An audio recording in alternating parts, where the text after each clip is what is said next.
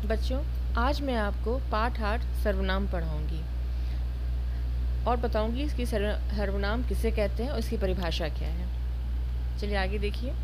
नीचे दिए गए चित्रों को देखो और उनके नीचे दिए गए वाक्यों को पढ़ो। माँ ने बेटे से पूछा, तुम क्या कर रहे हो? बेटे ने कहा, माँ मैं पढ़ रहा हूँ। सरिता ने गाना गाया, वह एक गायिका है। रवि ने पूछा, कौन चिल्ला रहा है? ऊपर दिए गए वाक्यों में बेटे के स्थान पर तुम और मैं शब्दों का प्रयोग किया गया है। इसी प्रकार गायिका के स्थान पर वह का तथा किसी अनजान के लिए कौन शब्द का प्रयोग किया गया है। ऐसे शब्द सर्वनाम कहलाते हैं। बच्चों, जहाँ जहाँ तुम, मैं, वह, कौन इन शब्दों का प्रयोग किया गया है वो सब शब्द सर्वनाम कहलाते हैं। आइए सर्वनाम की परिभाषा पढ़ें। जो शब्द संज्ञा के स्थान पर आते हैं वे सर्वनाम कहलाते हैं। बच्चों, जब हम संज्ञा शब्द के स्थान पर सर्वनाम का प्रयोग करेंगे तो वह सर्वनाम कहलाएगा। आगे देखिए। सर्वनाम सर्वनाम शब्द का अर्थ है सब नामों के लिए।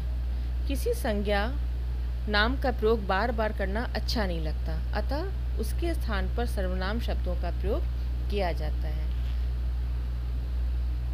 देखिए सर्वनाम आगे क्या क्या है। कुछ प्रमुख सर्वनाम: मैं, हम, मैं, आप, हम, वह, कौन, तुम।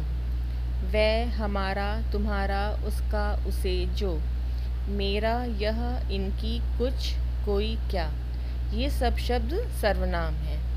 इसको हम संज्ञा के स्थान पर प्रयोग कर सकते हैं। आगे देखिए। अब आता है सर्वनाम के भेद। बच्चों, आपने संज्ञा की परिभाषा पढ़ी, सर्वनाम की परिभाषा पढ़ी। अब आपको सर्वनाम के भेद बताएंगे। सर्वनाम के भेद 6 होते हैं।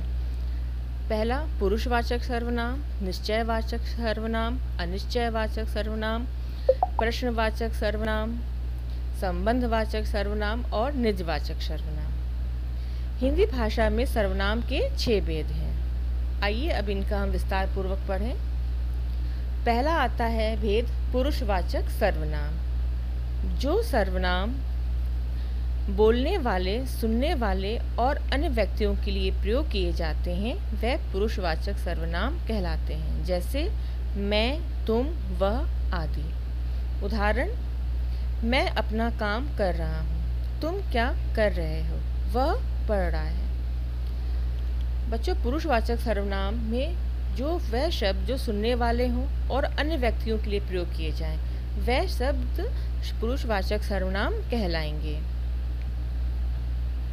उदाहरण: मैं अपना काम कर रहा हूँ। तुम क्या कर रहे हो? वह पढ़ रहा है। आगे देखिए। निश्चयवाचक सर्वनाम, ये दूसरा भेद है। जिस सर्वनाम से किसी अनिश्चित व्यक्ति या वस्तु का पता चले वह निश्चयवाचक सर्वनाम कहलाता है, जैसे यह, वह, इसका, उसने आदि। बच्चों, जब हम किसी भी व्यक्ति या वस्तु के लिए पूरी तरीके से निश्चित हो जाते हैं कि हाँ यहाँ पे इतना ही सामग्री है या व्यक्ति है तो वह निश्चयवाचक सर्वनाम कहलाएगा। उदाहरण देखिए। इसे हटाओ, उससे बात मत करो, वह मेरा घर है। ये सब उदाहरण किसके हैं? निश्चयवाचक सर्वनाम के हैं। तीसरा आता है अनिश्चयवाचक सर्वनाम। देखिए इसकी क्या परिभाषा है।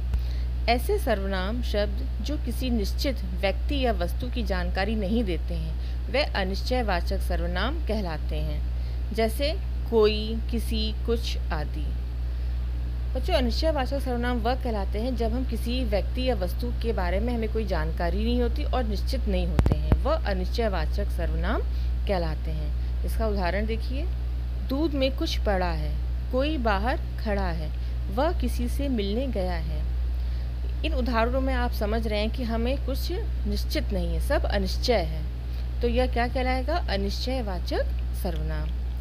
बच्चों, आज हमने पढ़ा सर्वनाम किसे कहते हैं, सर्वनाम के कितने भेद होते हैं और उन सर्वनामों में हमने 3 सर्वनाम के भेद के बारे में पढ़ा। पहला पुरुषवाचक, दूसरा निश्चयवाचक, तीसरा अनिश्चयवाचक। बच्चों, आप इस चैप्टर को जहाँ तक मैंने पढ़ा है उसको आप ध्यान से पढ़िएगा और समझिएगा। आगे के बारे में हम अगली वीडियो में बताएंगे। तब तक थैंक यू।